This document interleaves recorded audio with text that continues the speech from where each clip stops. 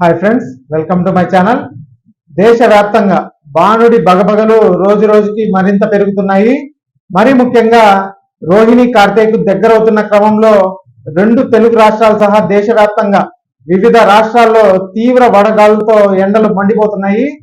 ఈ క్రమంలో ఒక రాష్ట్రంలో జూన్ 30, 2026 వరకు స్కూళ్ళకైతే సెలవులను ప్రకటించారు. మరి ఈ సెలవులు ఏ రాష్ట్రంలో ఇచ్చారు అని చూసినట్లయితే చండీగఢ్ మరియు పంజాబ్లలో నిరంతరం పెరుగుతున్న తీవ్రమైన వేడి దృష్ట్యా ఆ రాష్ట్ర విద్యాశాఖ అప్రమత్తమైంది.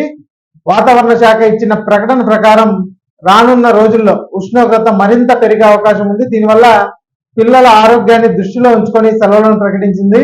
ఇక పంజాబ్ రాష్ట్ర ప్రభుత్వం చండీగఢ్ పాఠశాలలో కూడా వేసవి సెలవులు జూన్ 30, 2026 వరకు స్కూళ్లకు సెలవులు ప్రకటించారనేసి ప్రభుత్వం అయితే నిర్ణయం తీసుకుంది. మరి మన తెలుగు రాష్ట్రాల్లో కూడా ఎండలు విపరీతంగా అయితే ఉన్నాయండి. జూన్ నెలలో ఎండలను బట్టి ఇక్కడ కూడా సెలవులు పెంచే అవకాశం అయితే ఉంటుందనేసి నేనైతే అనుకుంటున్నాను. మరి చూడాలి, వేసవి సెలవులపై త్వరలో ప్రభుత్వం నుంచి ప్రకటన వస్తుందేమో అని మనం అయితే వేసి చూడాలి. ఇక ఈ వీడియోకి ఒక లైక్ చేయండి, అలాగే మా ఛానల్ సబ్స్క్రైబ్ చేసుకోండి. Thanks for watching.